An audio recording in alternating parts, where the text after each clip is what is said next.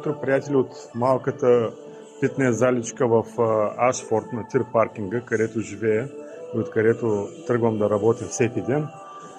След ресторанта, който всяко утро ходя и посещавам, аз ходя на фитнес и това е малката заличка, която е на тир паркинга в Ашфорд. Таксата за 6 месеца е 10 паунда и всеки, който плати 10 паунда, в рамките на 6 месеца може да я посещава. Като тук даже има и някаква обява за персонален треньор.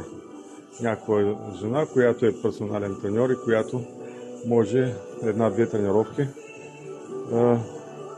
да дойде и да покаже какво трябва да се прави в залата.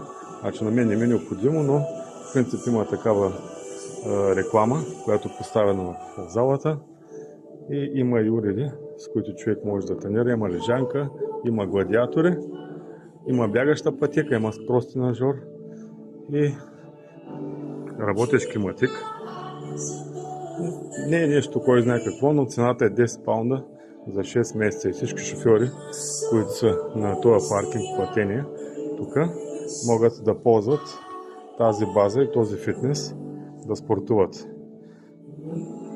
Значи това от мен, приятели. Поздрави от Англия. За повече видеа може да ми последвате. Чао, чао и приятен ден от мен.